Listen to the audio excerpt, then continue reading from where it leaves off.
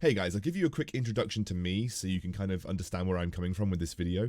My name's Excoundrel. I have been working in gaming and esports now for 5 years. I started in League of Legends and still am actively working in League of Legends. I managed to host the LEC this year, which was fantastic for me.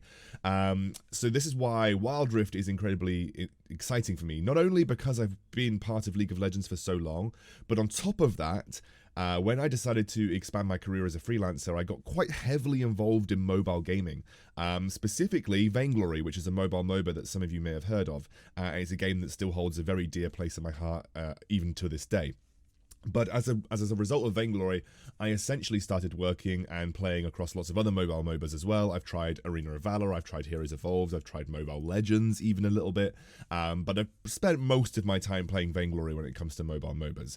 I would say that I've got a fairly good grasp on how WildRift stacks up to the competition when it comes to mobile MOBAs. This is why I was extremely excited to try WildRift at the League of Legends 10 years anniversary in London. I was one of the few people that got selected for a playtest of the game. We got to play one game, so we played one game, and it was versus another set of players that were there playtesting. We didn't get a chance to explore the UI very much. We basically got put straight into champion select. You could essentially alter your runes ever so slightly, change your summoner spells, but you could pick which of the champions you wanted, and you just played a full game on Summoner's Rift. It was really, really exciting. I kind of want to talk about it in depth.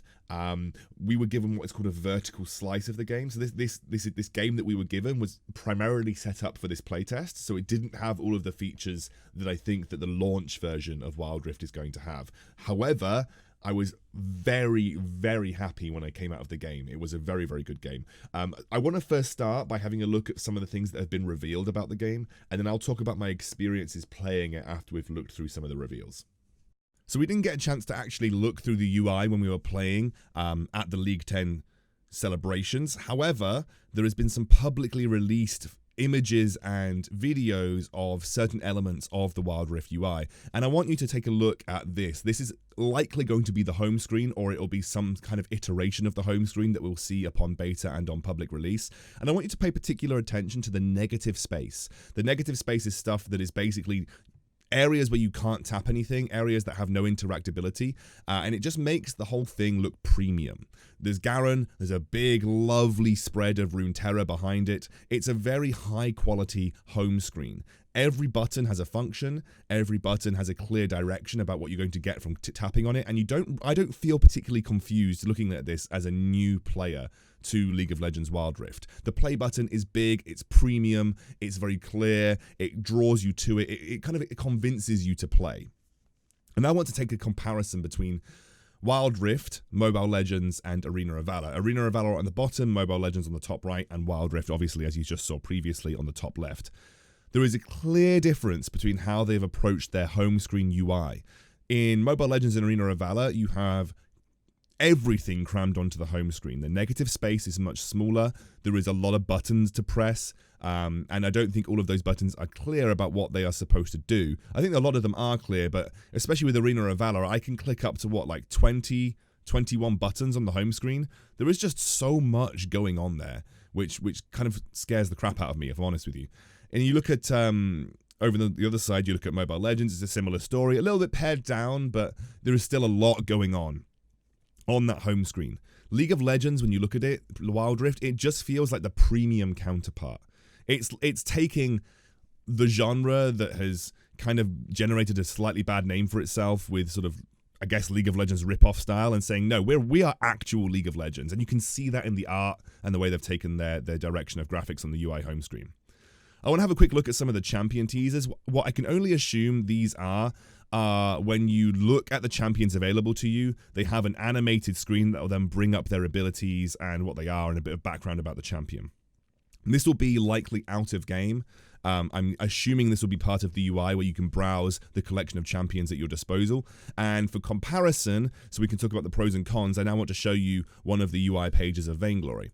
So Vainglory is another mobile MOBA. It's a tap-based MOBA. Generally doesn't appeal to the same crowd that joystick MOBAs do, but it is one of the MOBAs that doesn't have animated screens for its champions when you go on to their particular page on the UI. There are obvious drawbacks and benefits to this. The benefits are that an animated splash page for your champions just looks more premium. It kind of gets you hyped about that particular champion. If you want to buy it, you get to see some animations and kind of get a vibe for how the champion personality is. The benefits of having a non-animated splash screen, however, are battery life related. In general, something like this Vainglory page is going to draw less battery and require less processing power than an animated splash screen for the champion. It is a trade-off of premium quality versus user quality of life and battery life experience. So really that's kind of the only drawbacks and benefits to it. I generally prefer the animated splash screens. I think they look cooler, but I do realize that they are going to draw more battery, and if you are busy browsing those champion pages, you are going to run that battery down on your phone a little bit more quickly than you would just looking at the splash arts like you get in this Vainglory piece.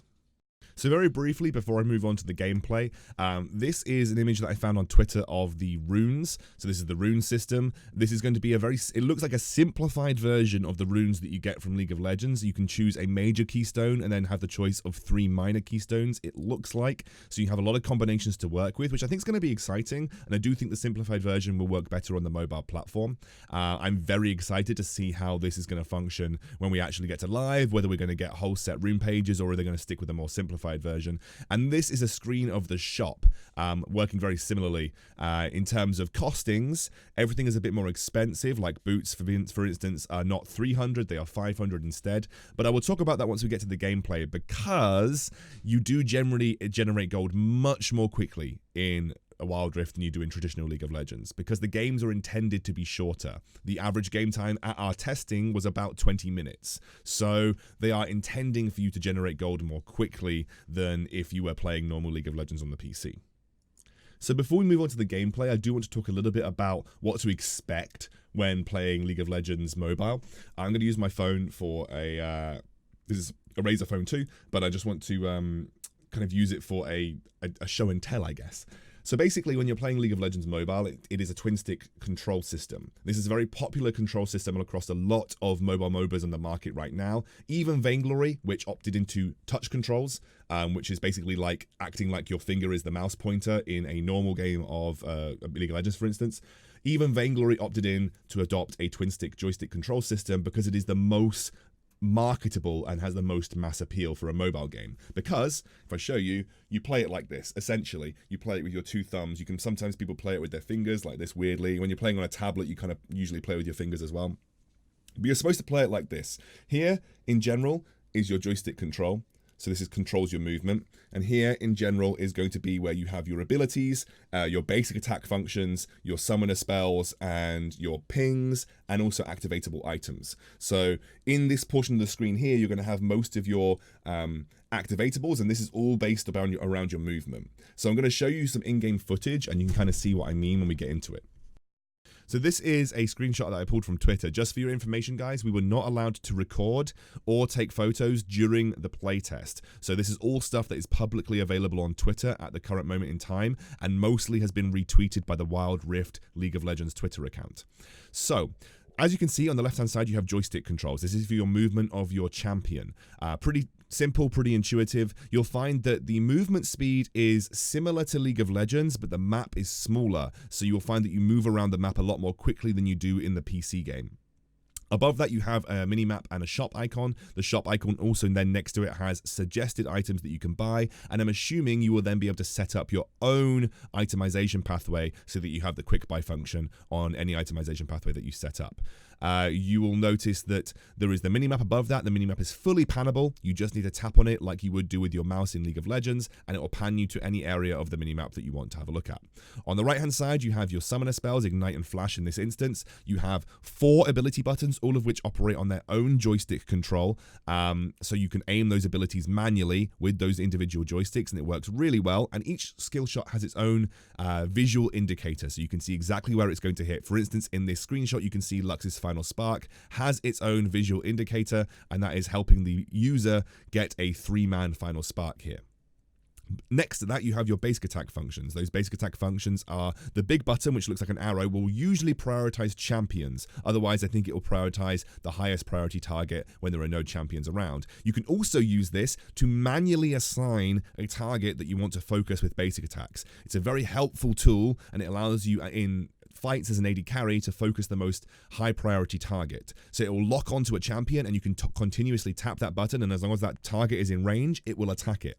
Below and above it, you have your minion focus, which is the small button below it, and your tower focus, which is the button above that. They will prioritize minions that are last hittable, because you have to last hit to generate gold in this game, and then it also focus towers when you are close enough to towers to take them down. Above that, you have ping functions. If you need to use the pings, they're just above that. Let's take a quick look at the reveal trailer, as I think it's got some cool shots of what the game is going to look like.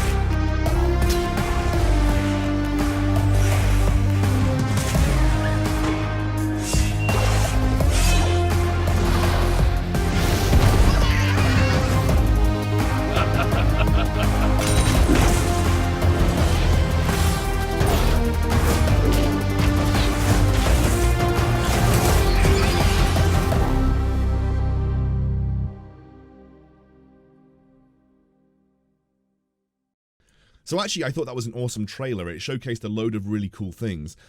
Quite clearly, you can stutter step or attack move really easily in this game. There is lots of high mechanical skill involved, and I can tell you from playing it firsthand, it definitely felt very similar to the PC game in terms of needing mechanical skill to win.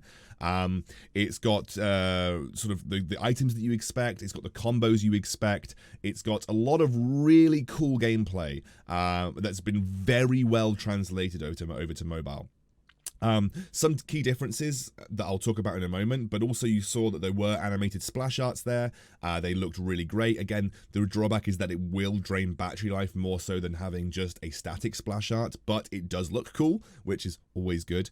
And you'll also notice that there's lots of other cool functions coming as well. I know that the game that I played was not a fully functioning version of the game, and probably not going to have all of the features that we expect to see in beta. So I guess now I talk about my experience and how I can compare that to League of Legends.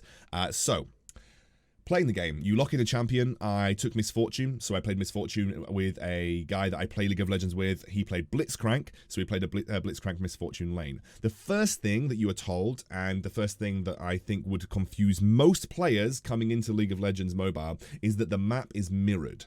Most mobile MOBAs do this, but what this means is that you will always play from blue side. So you'll always play from, if I can see it on my camera properly, imagine this is Summoner's Rift, wrong way around. Yeah, imagine this is Summoner's Rift. You'll always play from this side. So you're always playing from blue side to red side, which is bottom left to top right. So you'll always be playing in that particular orientation. Now, what this means is that top lane and bot lane are swapped when you're red side, which is an issue. If you are a bot lane main and you are new to League of Legends Mobile and you load in on the red side, if you have no clear visual indicator, you're going to run top, and you're going to end up matching up as a duo lane versus Garen, you know, and it's going to be frustrating for everybody because it completely skews the way the game is played.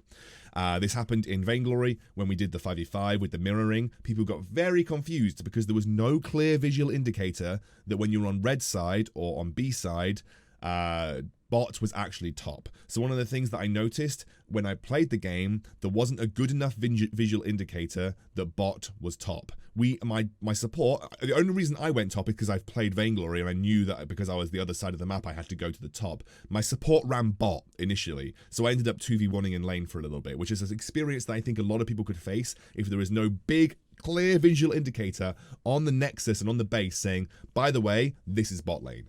There were some colored lines that we were told about afterwards, but honestly, as a new player, I did not notice them. And even if I did, I probably would not have known what they meant. So having a clear visual indicator, I think, is going to help the bot versus top debacle. It's something that I suggested with Vainglory a lot, and we never managed to implement properly. But I think if you want to retain true 2v2 League of Legends meta, which I think has been a tried and successful recipe, you need to have a clear visual indicator when you're on red side that you're going to the top lane and not the bot lane if you're playing a 2v2. When it came to pace of the game was very quick. You generated a lot more gold. Last hitting was incredibly important. This is something that sort of sets this game apart from the Mobile Legends and the Arena of Valors. You actually do need to last hit to get gold income. I think you did get passive gold income, but it was minute. It was very small. Whereas I think if you'd last hit properly, you got a much better gold income. And I actually ended up doing pretty poorly in lane, but because I was last hitting really well, I ended up having the most gold in the game by a significant margin. Now, you can only buy when you went back to base, but you did accelerate your builds pretty quickly, which meant that anything that was classically a later game scaling champion with a better later game scaling kit generally won, I would say. I think in general it's fair to say that in most cases the game is so accelerated that if you're not good at punishing early game, and really that's going to be the higher elos that are going to be good at punishing early game, you're probably going to find that later game scaling champions generally do better, which could be an issue. I think, if you just have clear differences between early and mid game, because the games are designed to last shorter amount of time, you're going to find that if you're an early game champion, like a 2 or 3 item spike, you have much less time to abuse that power spike in the mobile version than you do in traditional League of Legends on the PC. I played Miss Fortune, who's not classically known as a late game carry, but I went full basic attack, like Infinity Edge, Phantom Dancer, because I was against the Jack, so I went Phantom Dancer. And as soon as I got my Bloodthirster, I was basically unstoppable. I had 6 items by 17 minutes, so that's the comparison. I had 6 items on Miss Fortune by 17 minutes because the gold income is much more different in terms of the pacing of the game. I think it's better that the game is paced quicker, but that was the difference in terms of pacing of the game. So that's the main differences that I felt going in. When it comes to actually playing, everything felt pretty intuitive. Some skills have been changed because there is no kind of point and click in this game. There is no kind of like, I just press this and then tap on the enemy champion. So Miss Fortune's double up, for instance, it is a skill shot now. So you can fire Miss Fortune's Q from anywhere, but it is a skill shot as opposed to a point and click on whatever minion that you want to, for instance. So some things have been changed, but overall Miss Fortune felt that she played very similarly. Flash is a little bit slower, obviously, so Flash Blitzcrank grabs are going to be incredibly telegraphed. I don't think you're going to get those kind of clutch plays. You don't have wards either. The recipe for wards for WildRift is having small areas on the map, almost like Skarner totems, that you can control by standing on it. So it's like designated warding areas around the map. River Scuttler does exist, but there is no warding areas around Dragon and Baron currently. Obviously, this is an incredibly early vertical slice, and that might change. So that meant that neutral objectives, there was no way to contest vision of them unless you had something like an Ezreal or a Lux, and you're willing to check it with your ultimate, which I think maybe is going to detract from high or very memorable moments like Baron steals, because vision is a key catalyst for things like Baron steals and Dragon steals, and without that I think it's going to be an issue. I think the issue with wards is that they felt like there is not space on the UI for them, but I think you could move the pings or integrate the pings elsewhere and have the wards above your general right hand ability stuff, and the wards could work on their own joystick system for placing. I think it is possible to integrate wards into League of Legends Mobile and make it work. However, I did think that the Skarner totem vision stuff was pretty cool. And it definitely is a simplified way of guaranteeing vision, by the way. One of the kind of the benefits of this system is that it guarantees vision for your team. So if you have a support that doesn't want to buy wards, it does guarantee vision because you yourself can just go activate that vision. So you'll never have to complain at your support for never buying wards or yourself for never buying wards, because there is always wards on the map. I do think wards around the Dragon and Baron pit would be necessary though, because I think they're pretty key areas. And it did feel that once we took Baron in our game, it was pretty hard to actually come back from that. We just grouped mid and ran it down and basically won the game from the first Baron. So it does feel like if you can't contest Baron with vision control, it's a bit of a death sentence if the enemy team gets Baron. That's how it felt anyway. When it came to outplaying and playing fights. I could attack move really well. There was all the same kind of kiting and high skill moments that I felt from League of Legends, albeit on a slightly slower pace. Not much slower, mind you, but a little bit of a slower pace. Like the flash, for instance, it took me a second to go flash, drag, where I want to go instead of an instantaneous flash. There was like about a half a second delay on me choosing the location for the flash. That would obviously decrease rather, the more I played, and the more skilled you got at just knowing where flash was and instantaneously doing it, for instance. I don't think I used heal, but I don't know how the ignite works. I'm assuming it's going to be on its own joystick system for selecting a target as well, or it just automatically applies to the target that you've got locked as basic attacks. But the skill system in general felt pretty good. The only thing that I did find difficult was the auto attack system was quite hard to get used to initially as someone that wanted to be a high skill player. I did feel like the basic attack function to prioritize heroes or champions didn't always prioritize champions, which made it quite frustrating as a player.